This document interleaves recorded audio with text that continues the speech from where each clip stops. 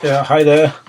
I'm going to do a presentation on the Jameson raid, and the Jameson raid took place in 1895 on the Witwatersrand goldfields, and I'm going to start with part. I'm going to break the presentation into part one and part two. Part one will focus on the protagonists, then.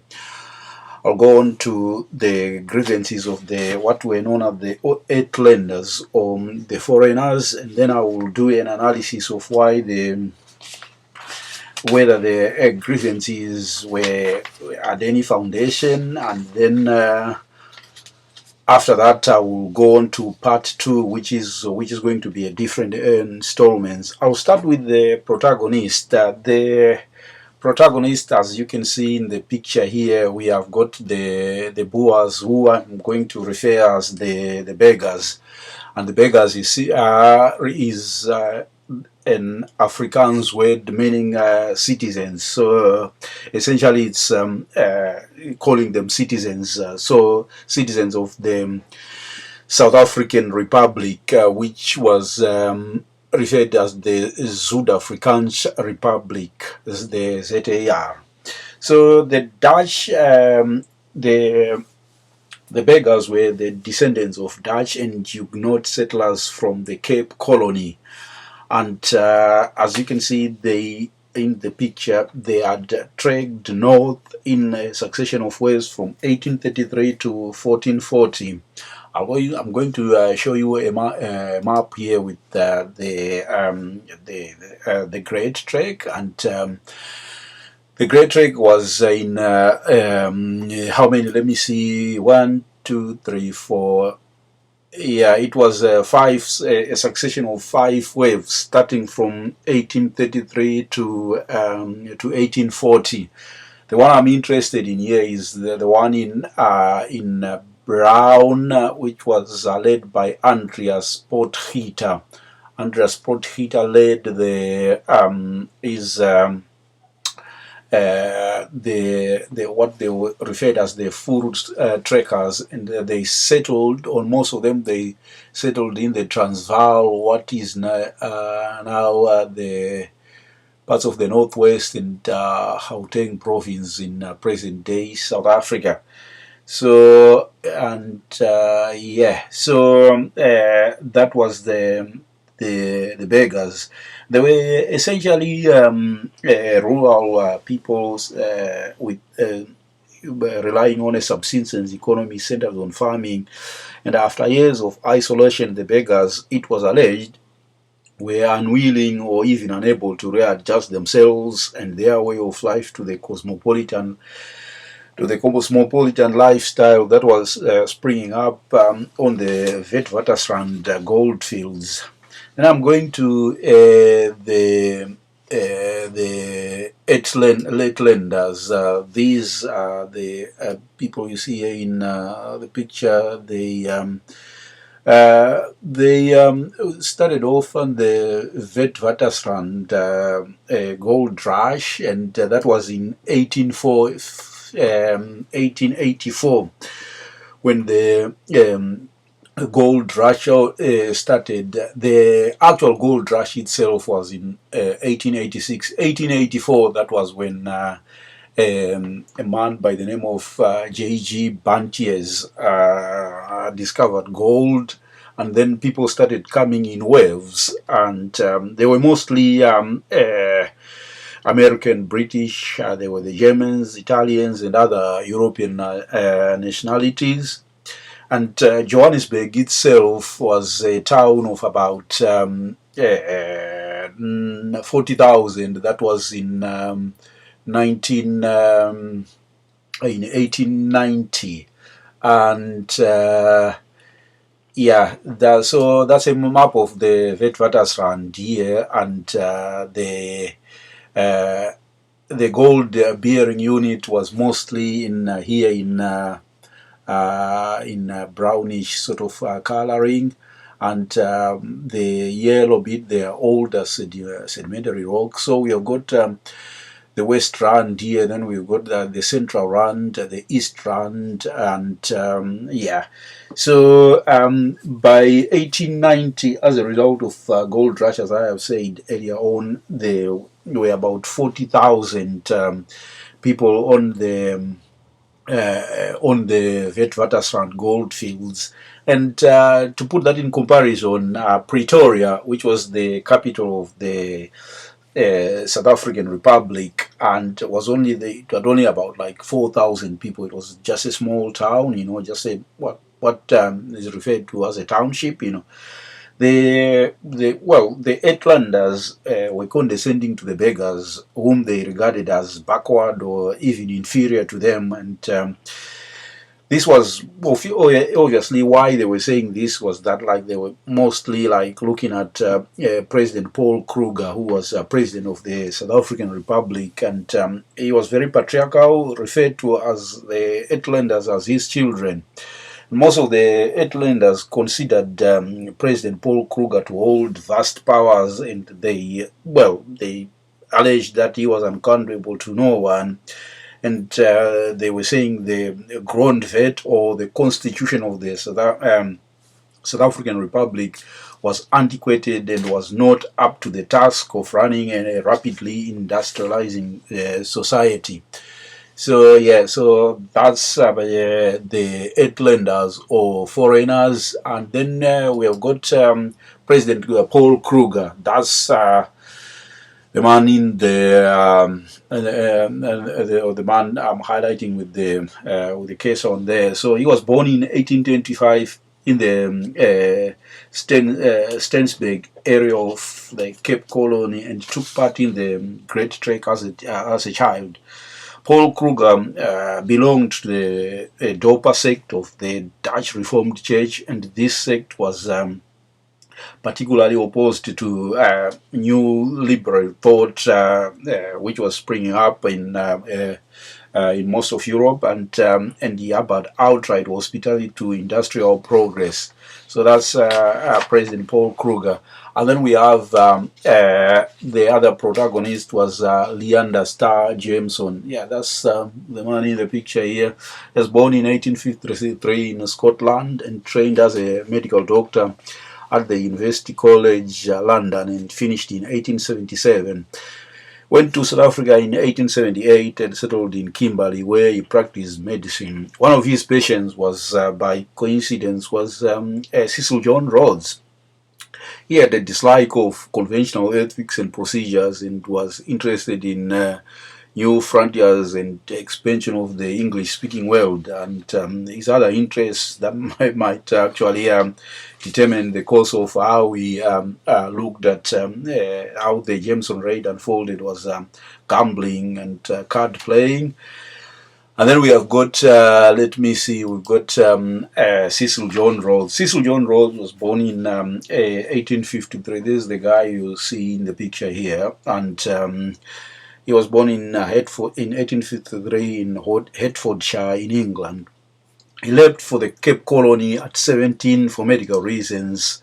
And he started out the diamond trade in Kimberley and founded the De Beers Company. During the Witwatersrand gold rush, he founded the Consolidated Goldfields in 1884, and in 1889, he was granted a charter and formed the BSAs, a British South Africa company, which has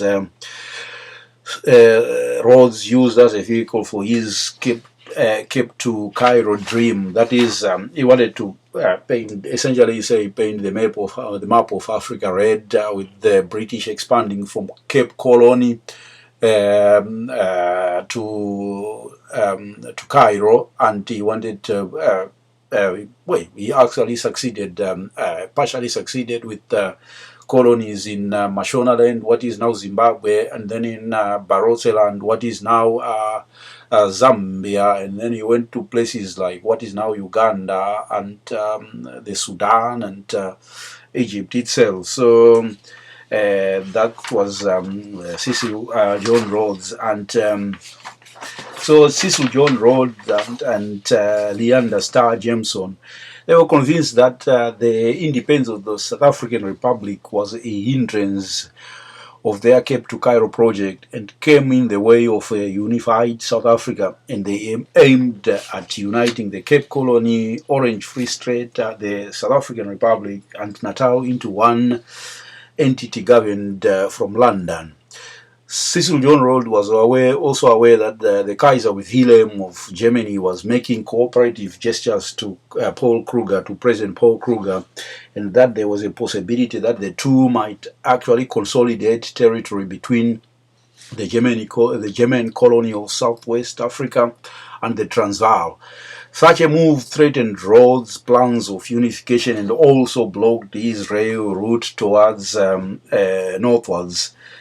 Rhodes considered that President Paul Kruger a stumbling block whose policies threatened the economic viability of the Witwatersrand mining industry,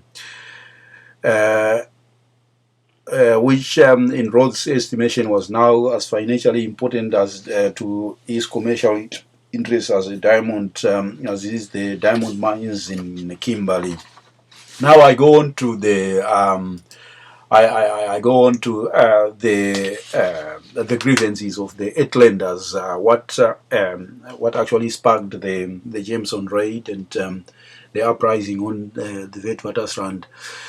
So the first one was the dynamite monopoly, and the President Paul Kruger's government, the South African, the government of the Republic of South African Republic, based in Pretoria, which was based at Pretoria, had granted an exclusive rights for the manufacture of dynamite, gunpowder, and ammunition for a period of 16 years to a businessman named Edward Lippert, and who ran the South Africa Explosive Company, which, the South African Explosive Company did not do any manufacture of dynamite, but instead it simply imported dynamite from Europe, repackaged it, and then sold it at a profit of 200% to the mines on the Witwatersrand, and that was one of the Uitlanders' grievances. Then the other grievance was the education policy and the imposition of Afrikaans for most purposes over English.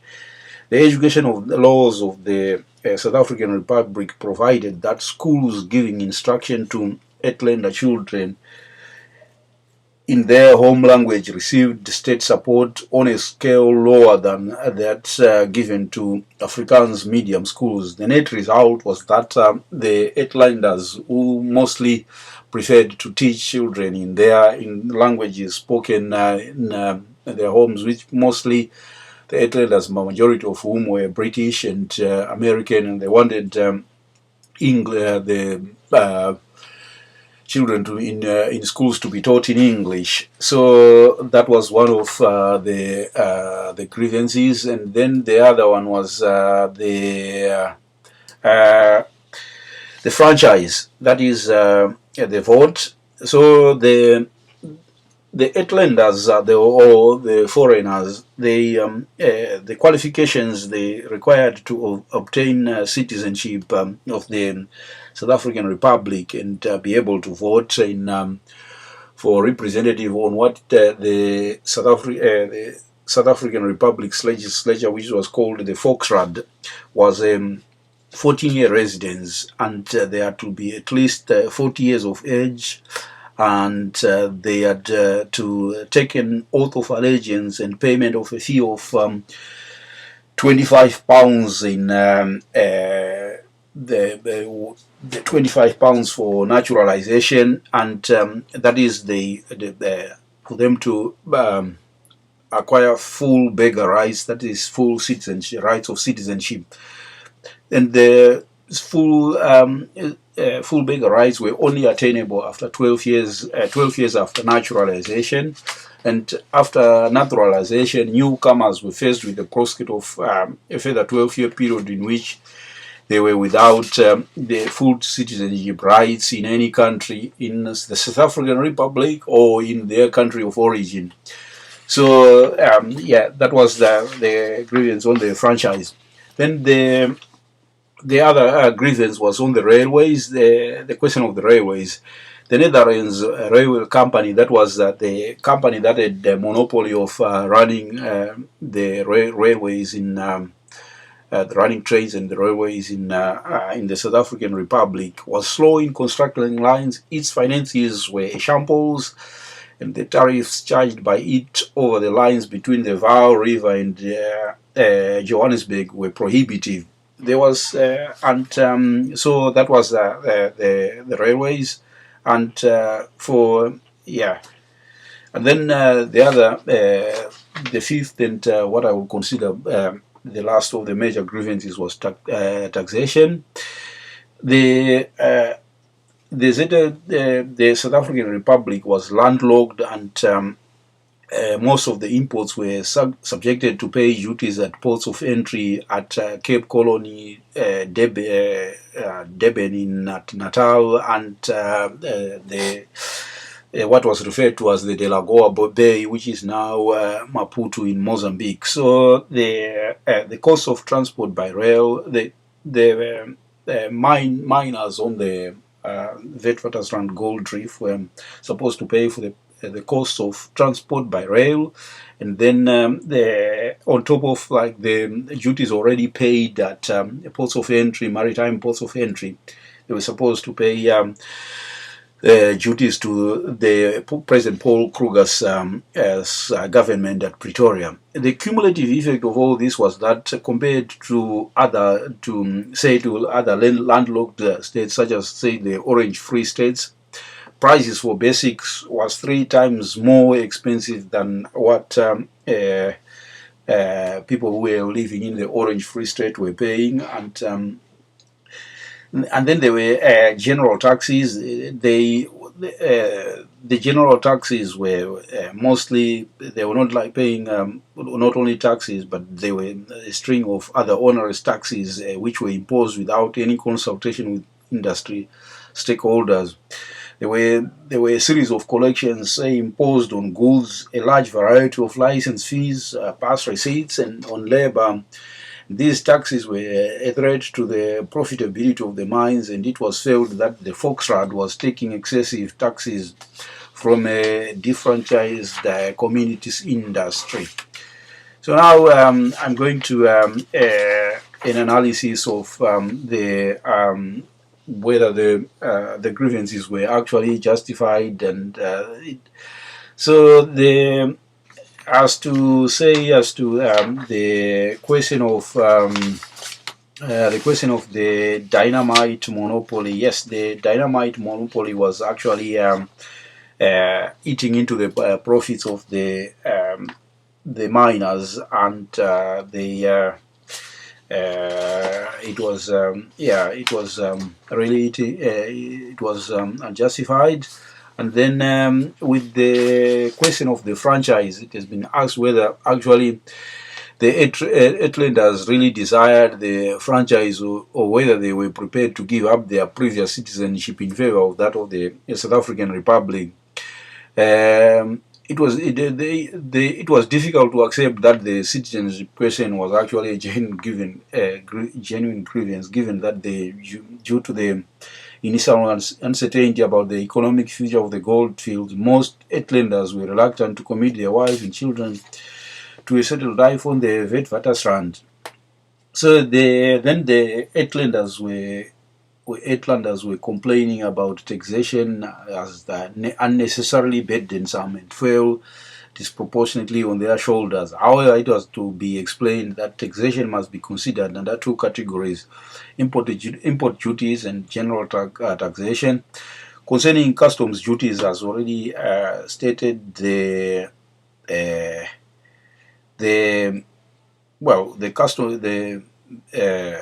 customs duties were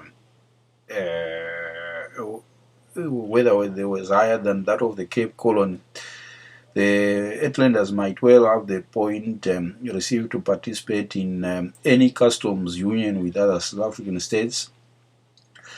The South African Republic was landlocked, and this meant that imports were subjected to pay, like as we have seen before, pay duties at the ports of entry and the maritime ports of entry, and then pay Republic of South African Republic duties, and yeah, and life is compared to, say, to the Orange Free State was 3 times more expensive on the in Johannesburg. So the what the Uitlanders was alleging was justified. And then the other string of there was other taxes which were not justified. There was no consultation, and yeah, so so that's the yeah. So as for most taxation, well, most analysts consider that there was no justification for the Uitlanders to who were subjected to what they referred as monstrous burdens in terms of determining whether a community is living under reasonably fair conditions. The single most important criterion is the general material prosperity of the inhabitants, and the residents of the Witwatersrand were prosperous due to the mineral wealth. So it is expected, it is expected that they would have ended up paying most of the taxes, but it will simply be an extravagant exaggeration to suggest that taxation was burdensome. So there were other grievances, and besides the 5 major grievances, there were a host of others which were sources of complaint. There were complaints about inadequate policing, allegations that the President Paul Kruger's government was corrupt, the liquor laws, and the Uitlanders were suggesting that they wanted a ban on the sale of liquor to black Africans who they referred to as the natives, and then there was a feeling that the judiciary was not independent, and nor was it impartial. So those were some of the other grievances, and other grievances, some analysts have categorized them as mere irritants rather than serious sources of complaint. These were complaints relating to the President Paul Kruger's government refusal to grant official status to the English language, the refusal of the government to establish a permanent high court at Johannesburg. Some grievances, though legitimate, were considered to affect the interests of the mining magnates and the capitalist class rather than like the generality of the Uitlander population. And these were the So that's it on the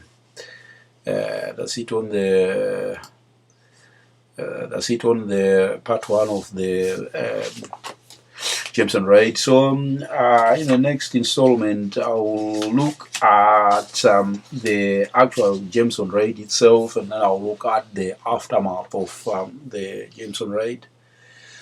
Right. Thank you for following this. Thank you. Bye.